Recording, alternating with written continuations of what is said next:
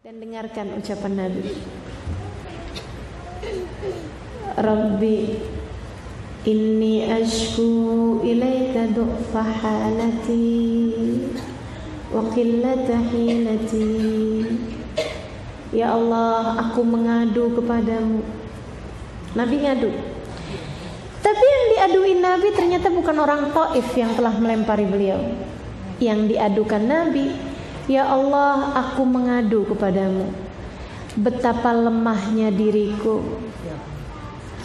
betapa tidak mampunya aku dalam mencari jalan keluar atas permasalahanku sendiri.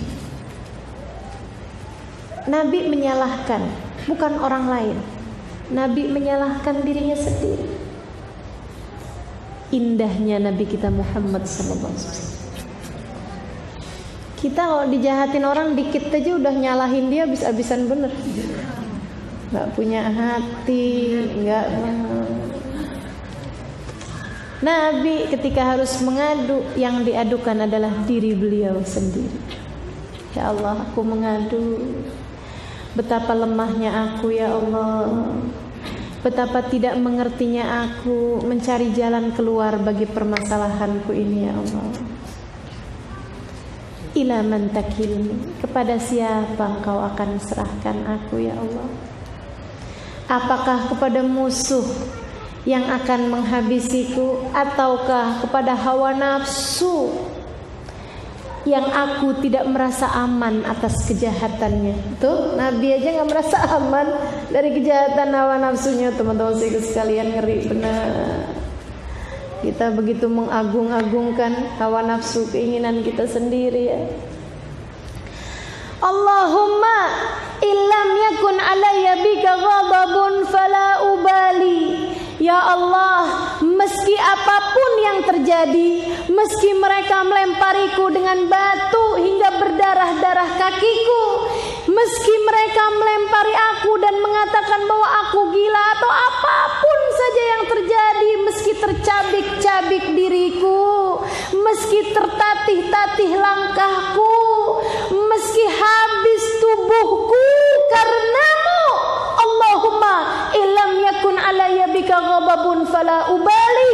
Selagi engkau tetap ridha padaku, selagi engkau tetap cinta padaku, selagi engkau tidak marah padaku, apapun yang terjadi aku tidak peduli. Cakep, teman-teman saudaraku sekalian. Nabi kita Muhammad sallallahu alaihi wasallam. Ya Allah, kepadamu aku kembali, dan hanya keridhaanmu lah yang aku cari. Gitu kata Nabi Muhammad. Kepadamu aku serahkan segala urusanku, ya Allah, dan hanya keridhaanmu lah yang aku cari. Zaid bin Harithah langsung yang wow, ini orang hatinya terbuat dari apa? Ini orang akhlaknya kayak apa?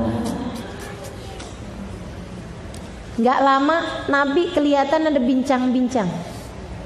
Zaid bin Harithah liatin aja, wah ini ada malaikat kayaknya. Gak lama kemudian Zaid bin Harithah mendekat. Aku lihat engkau berbincang-bincang, ya Rasulullah. Betul, wahai Zaid. Siapa yang datang, wahai Rasul? Ja'a malakul jibal, kata Nabi Muhammad. Datang malaikat penjaga dua gunung. Karena Taif itu seperti lembah terletak di antara gunung-gunung. Ini datang malaikat penjaga gunung kanan sama gunung kiri. Faqala natbiquha, mereka berkata, Rasul, kami sudah lihat bagaimana perlakuan orang Taif padamu. Wahai Rasul, kami sudah lihat bagaimana mereka memperlakukanmu. Izinkan kami, wahai Rasulullah, natbiquha, kami himpit dua gunung biar semua yang tadi menyakitimu segera mati saat ini juga, ya Rasulullah, terhimpit dengan dua gunung ini. Kami mohon izin, ya Rasulullah, untuk melakukannya. Kami tidak akan melakukannya tanpa izin. Saudara sekalian saya muliakan, kita kadang orang nyakitin kita, Habis itu dia jalan kemudian tabrakan, kita bilang kualat saya tuh. Kualat saya tuh. Kan begitu kita bilang. Ada kenapa-napa itu. Makanya hati-hati sama saya. Hati. Hai. Enggak usah gitu. Suami kita habis marah-marahin kita, tiba-tiba keseleo, kita bilang tuh bang, istri ini emang ngeberkahin bang, sekaligus ngualatin. Ya Allah, ya Allah. Teman-teman sekalian saya muliakan, ini malaikat emang asli beneran minta izin sama Nabi Muhammad. Kalau Nabi Muhammad bilang iya malaikat, atau jangan tunggu lagi malaikat. Atau enggak lihat, udah lihat kan, ayo dah buruan, gitu ya. Enggak gitu teman-teman sekalian saya muliakan.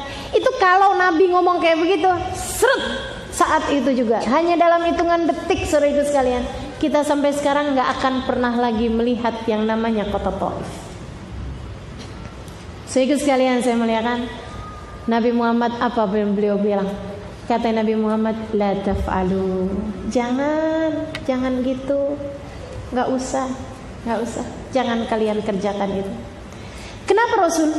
Nih ya, andai Nabi itu bilang kayak begini, udah biarin aja, nanti balasan cukup di akhirat. Kita kan sering ngomong gitu. Saya tahu.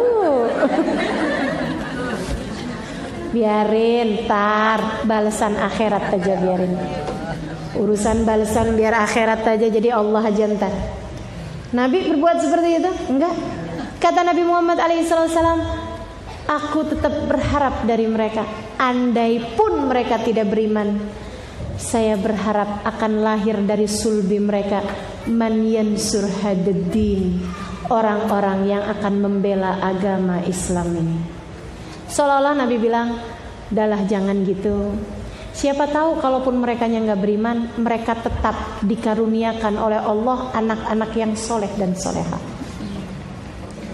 Terhadap yang menyakitinya, Nabi mendoakan agar mereka dikaruniai anak yang soleh dan soleha. Teman-teman sedikit sekalian yang saya muliakan, terhadap yang menyakitinya, Nabi mendoakan biar anak-anaknya pada jadi ulama, pada jadi mujahidin yang membela agama Islam ini.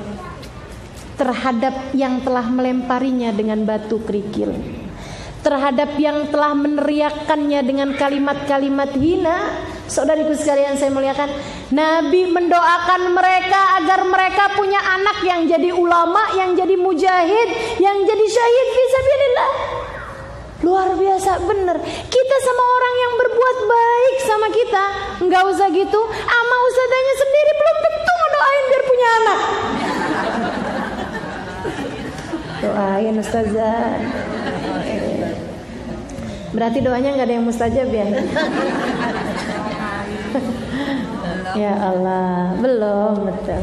Teman-teman sekalian saya muliakan, liatin betapa akhlaknya Nabi Muhammad alaihissalam. Sampai malaikat itu, malaikat yang katanya penuh dengan rahmat, sampai bilang, innaka la'ala khuluqin adzim ya Rasulullah. Sungguh Rasul, nggak ada yang ngalahin akhlakmu yang mulia ini. Saudaraku sekalian, di level tinggi rahmat yang seperti inilah Allah kemudian menghadiahkan anugerah indah, hadiah tertinggi kepada baginda kita Nabi besar Muhammad alaihi wassalam. Sepulang dari Taif, hanya dalam waktu hitungan hari saja Allah kemudian mengundang Nabi besar Muhammad sallallahu alaihi wasallam untuk perjalanan Isra dan Mi'raj. Atas prestasi agung yang telah dicapai oleh Nabi Muhammad. Prestasi agung apa? Prestasi agung hati dipenuhi dengan kasih sayang terhadap semua umat manusia. Tuh, coba nilaimu di hadapan Allah, rahmat karuniamu di hadapan Allah, prestasimu di hadapan Allah tergantung dari bagaimana engkau memperlakukan hamba-hambanya Allah. Semakin penuh dengan kasih sayang hatimu, mudah memaafkan kesalahan orang jiwamu, mudah untuk menebarkan cinta kepada siapapun yang ada di atas muka bumi ini. Jika engkau